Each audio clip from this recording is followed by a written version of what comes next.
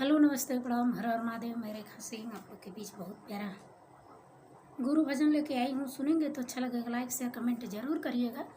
Subscribe नहीं किए हैं तो भले हाथ जोड़ कर रिक्वेस्ट है, सब्सक्राइब कीजिए, हौसला बढ़ाइए, सपोर्ट कीजिए। अंत में कमेंट करके ज़रूर बताइएगा कैसा लगेगा गीत। गुरु जी का खोलली से कुलिया हो, इसे कुलिया हो, भैया बहिनी नामवा लिखाइलो। गुरु जी का खोलली से कुलिया हो, इसे कुलिया हो, भैया बहिनी नामवा लिखाइला। नामवा लिखाइला भैया बहिनी नामवा लिखाइला। नामवा लिखाइला भैया बहिनी नामवा लिखाइला।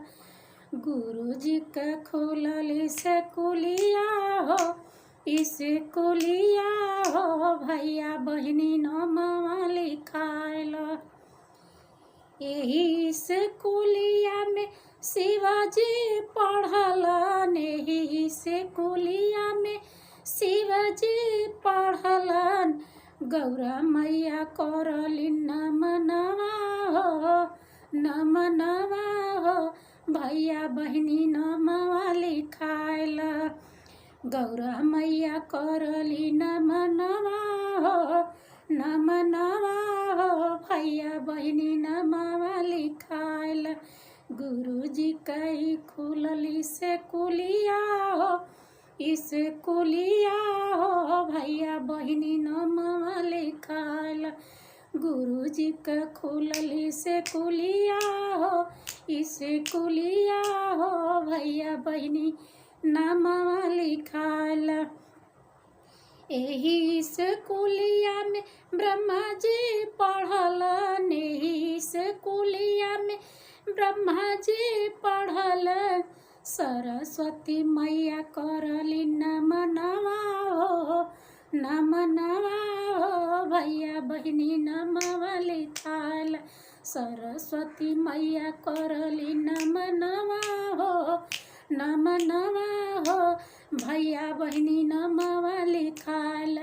गुरु जी का खुलली से कुलिया हो, इसी कुलिया हो, भैया बहिनी नामवा लिखाइला।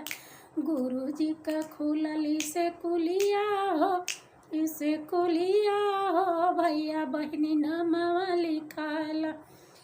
यही से कुलिया में विष्णु जी पढ़लन, यही से कुलिया में विष्णु जी पढ़लन। लक्ष्मी मैया करली नमनवा हो, नमनवा हो, भैया बहिनी नामवा लिखाइला। लक्ष्मी मैया करली नमनवा हो, नमनवा हो, भैया बहिनी नामवा लिखाइला। गुरु जी का खुलली से कुलिया हो, इसे कुलिया हो, भैया बहिनी नामवा लिखाइला। गुरु जी का खुलली से कुलिया हो, इसे कुलिया हो, भैया बहिनी नामवा लिखाइला। यही इस कुलिया में हरेंद्र भैया पढ़लन, यही इस कुलिया में हरेंद्र भैया पढ़लन। नीलम दीदी करली नमनवा हो, नमनवा हो, भैया बहिनी नामवा लिखाइ दो। नीलम दीदी करली नमनवा हो, नमनवा हो, भैया बहिनी नामवा लिखाइला। गुरु जी का खुलली से कुलिया हो, इसे कुलिया हो, भैया बहिनी नामवा लिखाइला। गुरु जी का खुलली से कुलिया हो, इसे कुलिया हो, भैया बहिनी नामवा लिखाइला। गुरु जी का खुलली से कुलिया हो, इसे कुलिया हो, भैया बहिनी नामवा लिखाइला।